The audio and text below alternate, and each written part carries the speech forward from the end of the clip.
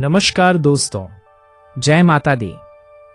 क्या आपने कभी सोचा है कि आपकी किस्मत कब बदल सकती है? क्या सिर्फ एक छोटा सा व्रत आपके जीवन के दुखों को खत्म कर सकता है?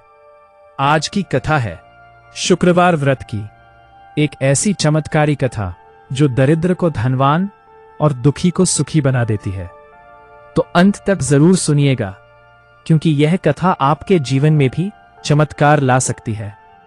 तो प्रेम से बोलिए, माता संतोषी की जय हो। बहुत समय पहले की बात है। एक छोटे से गांव में एक गरीब ब्राह्मण रहता था। उसके 7 बेटे थे। 6 बेटे बहुत मेहनती और समझदार थे, लेकिन सबसे छोटा बेटा थोड़ा भोला और सीधा था।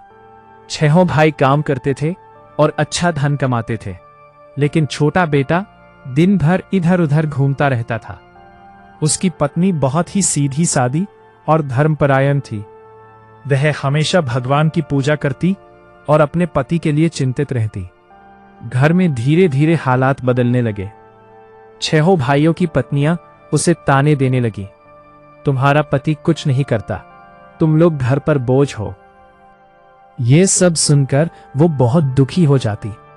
एक दिन उसने अपने पति से कहा, आप कुछ काम क्यों नहीं करते? पति बोला, मुझे कोई काम आता ही नहीं। पत्नी ने कहा, तो बाहर जाओ, कुछ सीखो, कुछ कमाओ। पत्नी की बात सुनकर वो युवक घर छोड़कर निकल पड़ा। कई दिनों तक भटकने के बाद उसे एक नगर में काम मिल गया। वो एक व्यापारी के यहाँ काम करने लगा। धीरे धीरे उसने काम सीख लिया और मेहनत से काम करने लगा। उधर घर पर उसकी पत्नी बहुत दुखी थी। खाने को भी ठीक से नहीं मिलता था। एक दिन वो रास्ते से जा रही थी, तभी उसने कुछ स्त्रियों को पूजा करते हुए देखा। वो पास गई और पूछा, आप कौन सा व्रत कर रही है?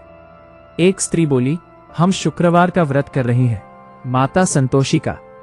ये व्रत करने से हर इच्छा पूरी होती है। उस स्त्री की आंखों में आशा की किरण जग गई। उसने पूछा, ये व्रत कैसे करते हैं? स्त्रियों ने उसे पूरी विधि बताई।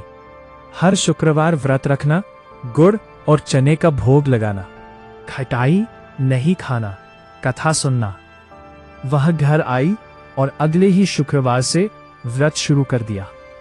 धीरे धीरे उसके जीवन में बदलाव आने लगा। उधर उसका पति भी धन कमाने लगा था। एक दिन व्यापारी उससे बहुत खुश हुआ और बोला, तुम बहुत ईमानदार हो, मैं तुम्हें अपना साझेदार बनाता हूं। अब उसका जीवन बदल गया। कुछ समय बाद उसे अपने घर की याद आई।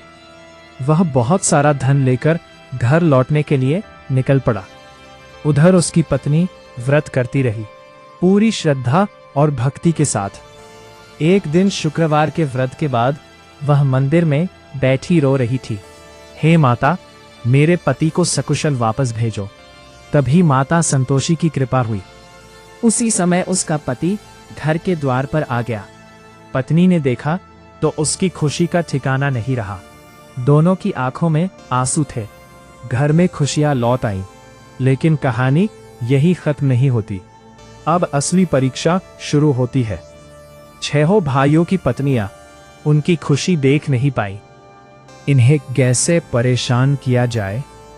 एक दिन शुक्रवार के व्रत पर उस स्त्री ने अपने घर में भोग लगाया, सबको प्रसाद खिलाया, लेकिन देवरानियों ने बच्चों को सिखाया, जाओ और खटाई मांगो। बच्चे आकर बोले, हमें खटाई चाहिए। वह स्त्री बोली, आज व्रत है, खटाई नहीं खाई जाती। लेकिन बच्चों ने जिद की। मजबूरी में उसने खटाई दे दी। बस यही भूल हो गई। माता संतोषी नाराज हो गई। अचानक उसके पति का व्यापार डूब गया। घर में फिर से दुख आ गया। पति बीमार हो गया। वह स्त्री समझ गई कि उसने व्रत में गलती कर दी है। वह रोते हुए बोली, हे माता, मुझसे भूल हो गई, मुझे क्षमा कर दो। उसने फिर से व्रत शुरू किया, पूरी श्रद्धा के साथ। इस बार उसने पूरी सावधानी रखी, कोई गलती नहीं की। कुछ ही समय में फिर से चमत्कार हुआ।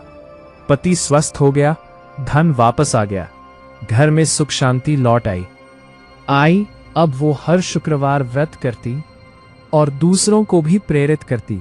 धीरे धीरे उसका जीवन पूरी तरह बदल गया। उसने माता का भव्य मंदिर बनवाया। गांव के लोग भी व्रत करने लगे। सबके जीवन में खुशियां आने लगी। कहते हैं, जो भी सच्चे मन से शुक्रवार का व्रत करता है, माता संतोषी उसकी हर इच्छा पूरी करती है। लेकिन ध्यान रखना, व्रत में कभी खटाई नहीं खानी चाहिए और ना ही किसी को खिलानी चाहिए। व्रत हमेशा श्रद्धा और विश्वास से करना चाहिए, तभी माता प्रसन्न होती है। तो भक्तों, यदि आप भी अपने जीवन में सुख शांति चाहते हैं तो शुक्रवार का व्रत जरूर करें और माता से सच्चे मन से प्रार्थना करें। माता आपकी हर मनोकामना पूरी करेंगी। तो बोलिए, माता संतोषी की जय। जय माता दी, जय माता दी। लेकिन भक्तों, कथा अभी यही समाप्त नहीं होती। अब सुनिए इस व्रत का दूसरा अद्भुत प्रसंग, जो हमें सिखाता है कि सच्ची भक्ति कैसी होती है। एक नगर में एक गरीब वृद्धा रहती थी। उसके पास धन नहीं था, लेकिन उसके मन में माता के प्रति अटूट श्रद्धा थी। वो हर शुक्रवार व्रत करती थी, भले ही घर में खाने को कुछ ना हो। एक दिन उसके पास भोग लगाने के लिए गुड़ और चना भी नहीं था। वो बहुत दुखी हुई और बोली, हे माता, आज मैं आपको भोग कैसे लगाऊं? तब उसने सोचा, मेरे पास जो है उसी से पूजा करूंगी। उसने एक लोटा जल लिया और सच्चे मन से माता को अर्पित कर दिया। हे माता, मेरे पास देने के लिए कुछ नहीं है, बस ये जल स्वीकार कर लो। माता उसकी सच्ची भावना से प्रसन्न हो गई। उसी रात माता संतोषी उसके सपने में आई और बोली, बेटी, तूने सच्चे मन से मुझे याद किया, मैं तुझसे प्रसन्न हूं। अगले ही दिन उसके दरवाजे पर एक धनी व्यापारी आया। उसने कहा, माता ने मुझे सपने में आदेश दिया है कि मैं तुम्हारी सेवा करूं। ये सुनकर वृद्धा की आंखों में आंसू आ गए। धीरे धीरे उसका जीवन बदल गया। वो गरीब से समृद्ध हो गई, लेकिन उसने कभी अपना व्रत नहीं छोड़ा। वह हमेशा कहती, धन से नहीं, भक्ति से माता प्रसन्न होती है। इसी नगर में एक और स्त्री रहती थी। वह बहुत धनवान थी। उसने भी शुक्रवार का व्रत शुरू किया, लेकिन उसका मन शुद्ध नहीं था। वह दिखावे के लिए व्रत करती थी। एक दिन उसने बहुत बड़ा भोग लगाया, सारे गांव को बुलाया, लेकिन उसके मन में अहंकार था। देखो, मैं कितनी बड़ी भक्त हूं। माता संतोषी को यह पसंद नहीं आया।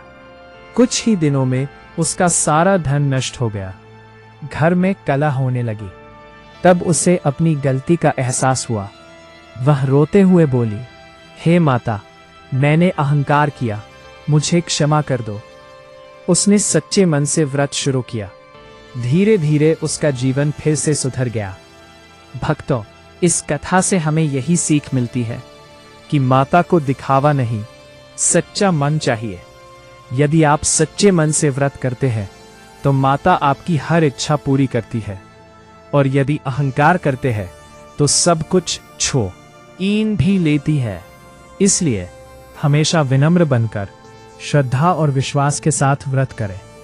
अब अंत में माता से प्रार्थना करें, हे माता संतोषी, हमारे जीवन के सभी दुख दूर करो, हमें सुख, शांति और समृद्धि दो। तो बोलिए, माता संतोषी की जय। जय माता दी।